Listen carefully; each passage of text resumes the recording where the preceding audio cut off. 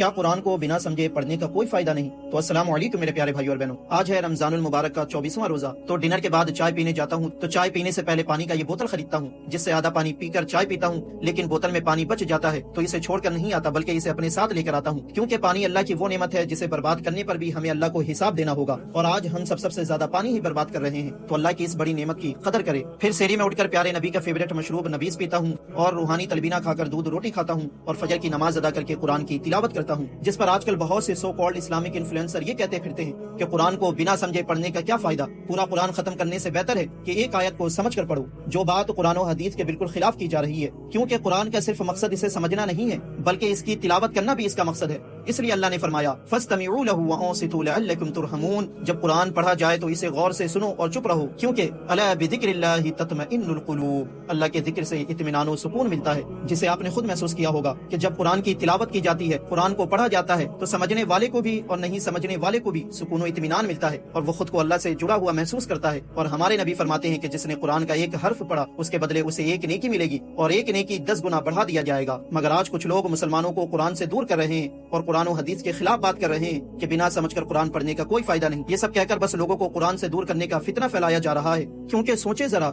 कि ये फितना अपने अंदर कितनी बड़ी गहराई रखता है। एक तरफ अच्छी चीज की दावत दी जा रही है और दूसरी तरफ लोगों को कुरान से दूर करने की कोशिश की जा रही है। ये मैं नहीं कहूंगा कि उनका मकसद यही है, लेकिन उनके इस तरह प्रमोट करने के तरीके से लोगों के अंदर पूरा कुरान पढ़ने का जज्बा, हाफिज बनने का जज्बा खत्म करने जैसा साउंड कर रहा है। तो ये बहुत ही अच्छी और बहुत ही आला बात है कि कुरान को समझ कर पढ़ा जाए, लेकिन इसकी अहमियत को बताने के लिए दूसरी अहम चीज की अहमियत को घटाना और उसे मामूली बताना सिर्फ जिहालत नहीं बल्कि गुमराही और फितना भी है। जैसा कि मैं कहूँ कि माँ से मोहब्बत करो, बाप से ना करो, तो ये कोई बात हुई? तो अगर कुरान को तर्जमे के साथ और समझकर पढ़ने की लोगों को दावत देना है तो तिलावत कुरान की अहमियत को घटाकर इसे बेफायदा बताकर दावत देना बंद कर दो।